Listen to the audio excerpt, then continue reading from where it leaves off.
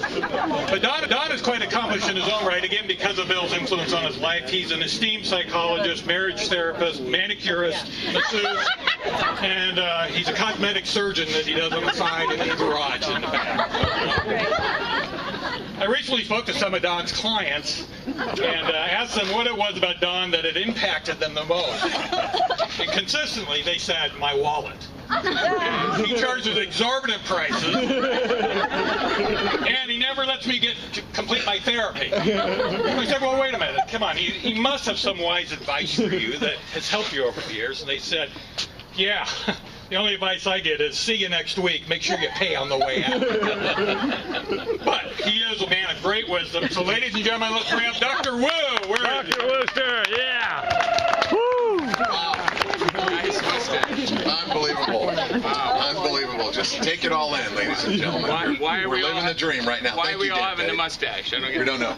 I didn't know Bill in utero, and I'm thankful for that. I actually met Bill when I was 16 years old, so that was like 20 years ago now. Yeah. And it was at Camp Javelina down in Tucson. Right. Do you remember that? Camp A horrible camp, but there were Javelina, which is a Young Life. I kind of miss that, like Lost Canyon. I've not seen any Javelina, but it used to be a feature in a lot of Young Life camps. And I was there, and I was a very disinterested kid. I was definitely a target Young Life, disinterested kind of guy. And I remember that I met Bill, and he was up there doing a program or doing something else. And he goes, hey, let's, and there was some of us just hanging out, kind of causing problems. And Bill ended up saying, hey, let's get together and, let's talk. And I kind of thought, he's an adult and I don't know him. He's either a pervert or a drug dealer, or he just doesn't have any friends his own age. I don't know. 3 for 3. And it was, I had a conversation with him, and it actually was just where he just goes, he just wanted to get to know us. And I'd never had an adult that just kind of wanted to get to know me. And I was kind of interested to go, why would this guy want to get to know me? And I'll just tell you, that has continued to be a theme in my life, that Bill's just shown up in all kinds of places. I've got the letters that Bill's write. I have several of them, and they're amazing. I will tell you, though, that sometimes if Bill's up in front and he's talking, and maybe he's not monitoring how everything is coming out. All right? And this is true of a lot of great people that have very good hearts and very good intentions and are genuinely caring for young people, because we all know that Bill cares for young people. And so we were doing club in Scottsdale, and Bill was at Scottsdale High, and I was at Coronado High. Go Coronado. And we used to do theme things, around different times of the year, Halloween and Christmas and the holiday coming up, Valentine's Day. And so Bill was wanting everyone to know that, it's a special club. It was the week before Valentine's Day. And so Bill, just in that real fluid, aware, kind of thinking it all the way through sort of way, stood up at the end of the club and he goes, hey, just, you guys pay attention. This is important. Next week is Valentine's night for club. So next week is Valentine's Day, so pay attention. I want all of you to come with your heart-ons. That was a lie. And a couple guys in the back go, sorry, Bill, couldn't hear you. What?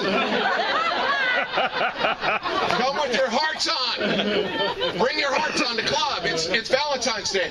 And now most of the club is kind of laughing, and Bill's still trying to go, I'm not hearing, Bill. What is it? Third time. Valentine's Day, come with your heart on. And, it was a special club. It was a special club. And if you were there, I want to offer you free therapy. There were no charges ever pressed or filed. It was just way before the internet, thank you, Jesus. It was just back in the good old days when we could stand up and say silly things out loud. I will say this, Bill has shown up in my life at the most incredible places and at the hardest places. And my favorite picture of him, Sam and Carrie Portain are sitting in the back there. My favorite picture of him is Bill married Sam and Carrie a number of years ago. Now on the deck up at Sunrise Lodge, and the clouds are coming in. Flagstaff. Flagstaff. Yeah. Flagstaff. That's the other place. Yeah, Flagstaff. And yeah, that's right, Flagstaff. Snowball Lodge. I'm sorry, Snowball Lodge. And the clouds are coming in. It was a beautiful day, and it was just starting to rain, and Bill was still in the ceremony, and we were all watching this holy thing. And I thought, well, what are we going to do now? Sam and Carrie are up there, and kind of without hesitating, Bill just reached out and popped up an umbrella, and he put it right over him, and he continued the ceremony. And I've watched him do that so many times, right in the middle of something really holy, really hard, really hilarious, really horrible, that Bill just pops up the umbrella. And he just rides out the storm with you. And he's ridden out storms in my life. He has been with me in hilarious times and horrible times, and he's made both of them holy. And I don't know how that happens, but I know this brother brings it. And so I love him. I'm a huge fan. I have a man crush on him and Brad Pitt. Hey. And I'm not getting over either one of them. So there we go.